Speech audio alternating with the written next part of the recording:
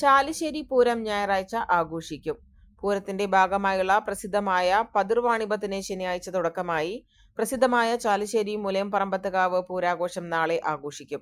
ശനിയാഴ്ച വൈകിട്ട് മുതൽ കാർഷിക സമൃദ്ധിയുടെ ഓർമ്മയും പഴമയുടെ പെരുമയും വിളിച്ചോതി ഭഗവതി ക്ഷേത്ര പരിസരത്ത് പതിർവാണിഭം ആരംഭിച്ചു. ശനിയാഴ്ച വൈകുന്നേരം മുതൽ ഞായറാഴ്ച പുലർച്ചെ വരെയാണ് ക്ഷേത്ര പരിസരത്ത് പരമ്പരാഗതമായി നടത്തിവരാറുള്ള പതിർവാണിഭം നടക്കുന്നത്.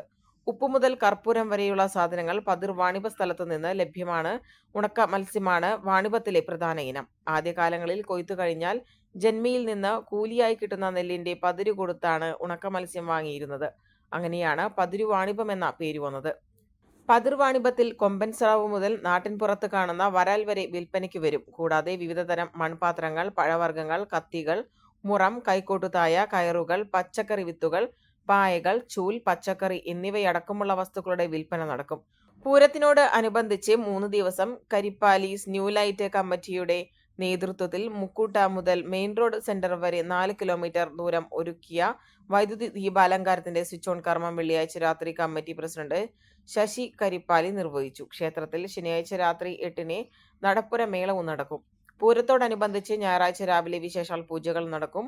ഉച്ചയ്ക്ക് 1:30-ന് ദേവസ്വം പൂരം എഴുന്നള്ളിക്കും. വൈകിട്ട് നടക്കുന്ന കൂട്ടിയെഴുന്നള്ളിപ്പിൽ 3 ജില്ലകളിലെ പൂരാഘോഷങ്ങളിൽ നിന്നായി 40ഓളം ഗജവീരന്മാർ അണിനിരക്കും.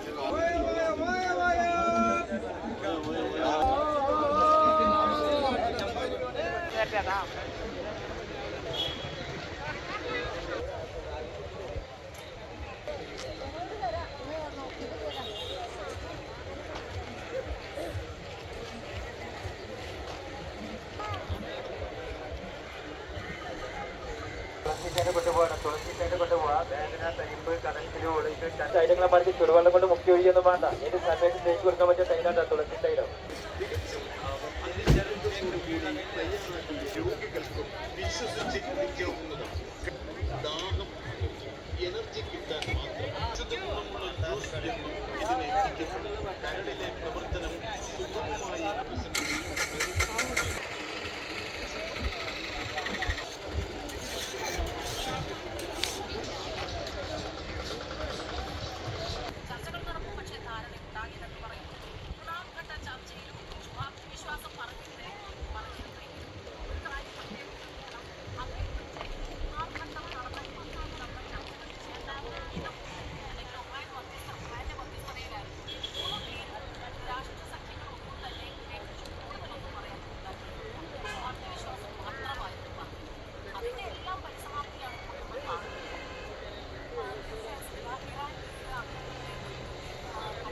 പെണ്ണ് കുതിക്കും പെണ്ണിനെ കുതിപ്പിക്കുന്ന കനക ഘടകാഭരണങ്ങളുടെ കമനീയ ശേഖരവുമായി പട്ടാമ്പി പട്ടണത്തിന്റെ കനക കൊട്ടാരം Manukkas gold and diamonds, Manukkas tower, railway over ബ്രിഡ്ജിന് സമീപം മെയിൻ റോഡ്, പട്ടാമ്പി.